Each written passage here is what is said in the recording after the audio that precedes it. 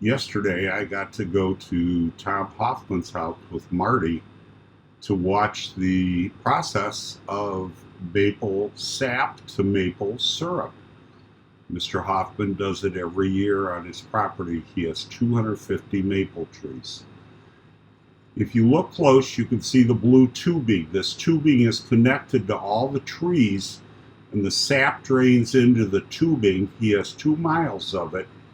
It drains into the little tubes down to this big tube, and the big tube runs the whole length of his property and carries the sap down to the other end of the property where there's a collector that picks all the maple sap up. You can see the collector right there, that galvanized steel bin. And he was draining maple sap the better part of the day yesterday. I got there about 3 o'clock, and he had enough to start making syrup. This is the old way they used to drain sap. Every tree had a bucket or two on it, and they had to empty all of the buckets one at a time.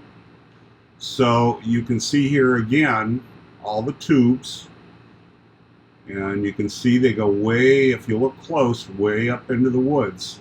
So once it's in the container, it runs down a hose across a creek. He pumps it into his gator and brings it up. You can see the maple sap running. It looks just like water. You wouldn't know it's any different. And he's running it into his maple house now. Here's the machine. It's called an evaporator. And the evaporator boils the syrup and reduces it down to maple syrup.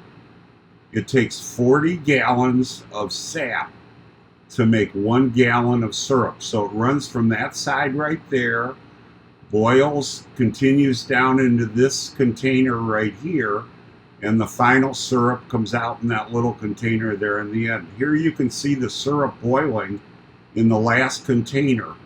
And when it gets to that last thing on the left side, it drips into that container I showed you in the frame before, and it's maple syrup.